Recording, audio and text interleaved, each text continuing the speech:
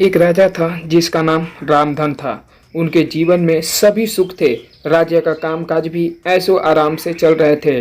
राजा के नैतिक गुणों के कारण प्रजा भी बहुत प्रसन्न थी और जिस राज्य में प्रजा खुश रहती है वहाँ की आर्थिक व्यवस्था भी दुरुस्त होती है। इस प्रकार हर क्षेत्र में राज्य का प्रवाह अच्छा था। इतने सुखों के बाद भी राजा दुखी था क्योंकि उसकी कोई संतान नहीं थी। यह गम राजा को अंदर ही अंदर सताता रहता था। प्रजा को भी इस बात का बहुत दुख था। वर्षों के बाद राजा की यह मुराद पूरी हुई और उसे एक पुत्र की प्राप्ति हुई। पूरे नगर में कई दिनों तक जश्न मना। नागरिकों को राजमहल में दावत दी गई। राजा की इस खुशी में प्रजा भी झूम रही थी। समय बीतता जा रहा था। राजकुमार का नाम नंदन सिंह रखा गया। पूजा पाठ एवं इंतजार के बाद राजा को संतान प्राप्ति हुई थी, इसलिए उसे बड़े लाड़ प्यार से रखा जाता था। लेकिन अति किसी बात की अच्छी नहीं होती। अधिक लाड़ ने नंदन सिंह को बहुत बिगाड़ दिया था। बचपन में तो नंदन की सभी बातें दिल को लुभाती थी, पर बड़े होते होते यही बातें बदतमीजी लगने लगती है।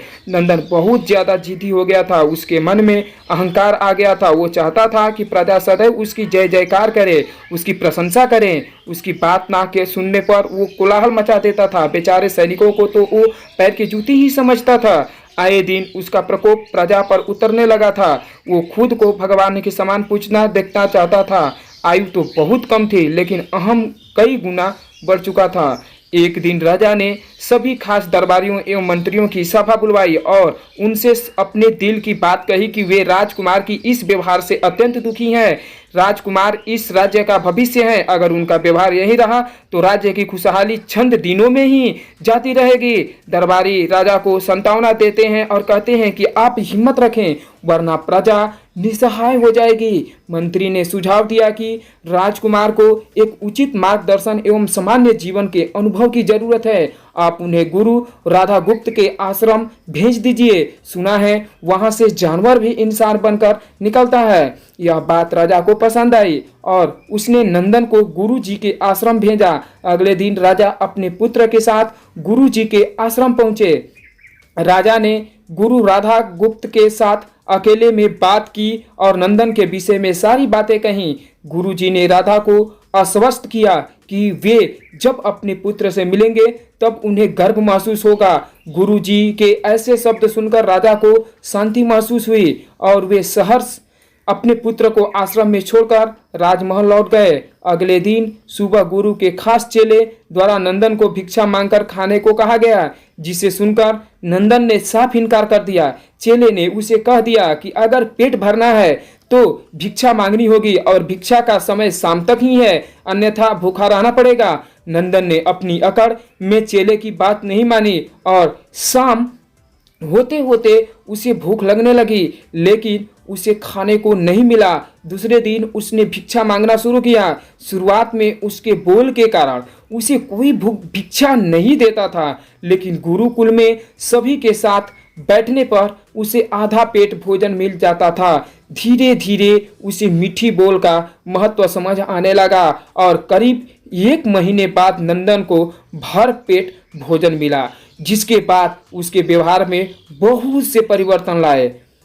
इसी तरह गुरुकुल के सभी नियमों ने राजकुमार में बहुत से परिवर्तन किए, जिसे राधा गुप्त जी भी समझ रहे थे। एक दिन राधा गुप्त जी ने नंदन को अपने साथ सुबह सवेरे सैर पर चलने कहा। दोनों सैर पर निकल गए। रास्ते भर बहुत बातें की। गुरुजी ने नंदन से कहा कि तुम बहुत बुद्धिमान हो और तुम में बहुत अधिक ऊर्जा है, जिसका तुम्हें सही दिशा में उपयोग करना आना चाहिए। दोनों चलते चलते एक सुंदर बाग में पहुंच गए, जहां बहुत सुंदर सुंदर फूल थे, जिनसे बाग महक रहा था। गुरुजी ने नंदन को बाग से पूजा के लिए गुलाब के फूल तोड़ने को कहा। नंदन झट से सुंदर सुंदर गुलाब तोड़ लाया और अपने गुरु के सामने रख दिए। अब गुरुजी ने उसे नीम के पत्ते तोड़कर लाने को कहा। नंदन वो भी लाया। अब गुरुजी ने उसे एक गुलाब सूंघने दिया और कहा, बताओ कैसा लगता है। नंदन ने गुलाब सूंघा और गुलाब की महक की बहुत तारीफ की। फिर गुरुजी उसे नीम के पत्ते चखकर उसके बारे में कहने को कहा। जैसे ही नंदन ने नीम के पत्ते खाए उसका मुंह कड़वा हो गया और उसने उसकी बहुत निंदा की और यत्र तत्र पीने का पानी ढूंढने लगा। नंदन की यह दशा देख गुरुजी मुस्कुरा रहे थे। पानी पीने के बाद नंदन को राहत मिली। फिर उसने गुरुजी से हंसने का कारण पूछा।